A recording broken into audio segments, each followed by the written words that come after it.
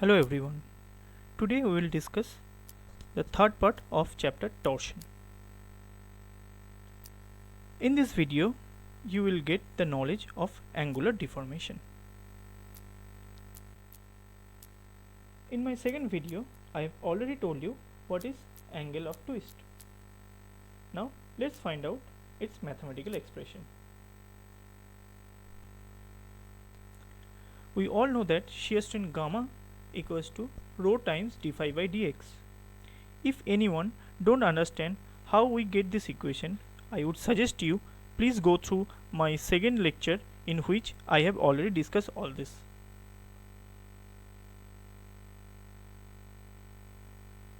Now from Hooke's law we can write shear stress that is equals to G times gamma, where gamma is the shear strain and G represents the modulus of rigidity or shear modulus. And from the shear stress acting on a circular shaft, you can have tau equals to T times rho by J.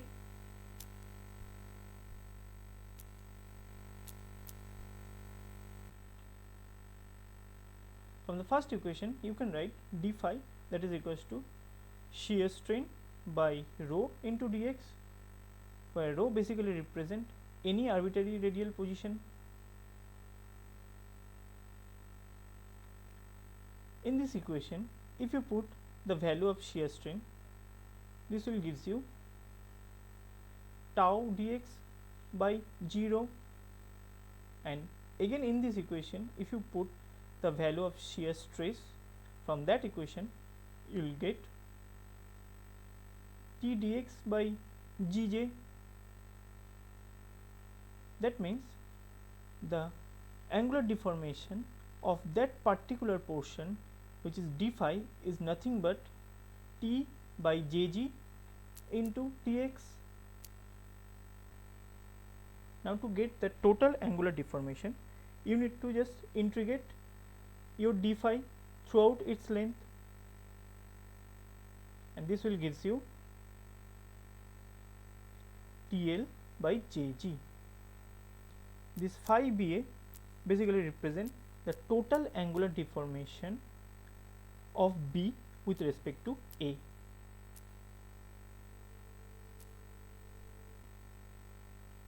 Now let's talk about torsional rigidity.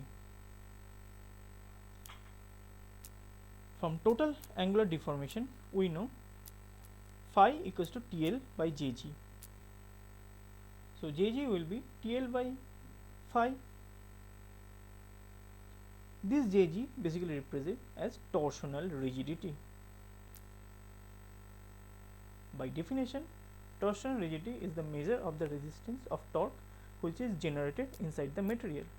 And if you just look at this formula, you can easily say if the torsional rigidity is more, that is if the value of Jg is more, the angular deformation will be less. Now let's take our previous example. We have already find out the maximum shear stress generated on each and every cross section area, as well as the torque acting between A to B, from B to C and C to D.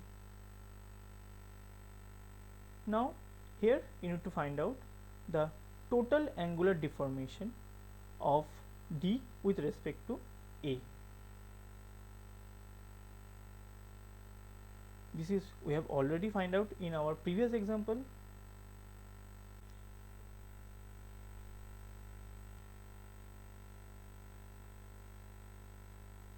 Now the angular deformation phi dA, this will be summation of TL by Jg. That means you need to add the angular deformation of each and every segment, and if you just put all those value, you will get this. Be very careful when you are putting those value, as minus basically represent the clockwise direction and plus basically represent the anti-clockwise direction. And if you have solved it, you will get minus 2.0 0.08 into 10 to the power 4 radian. That means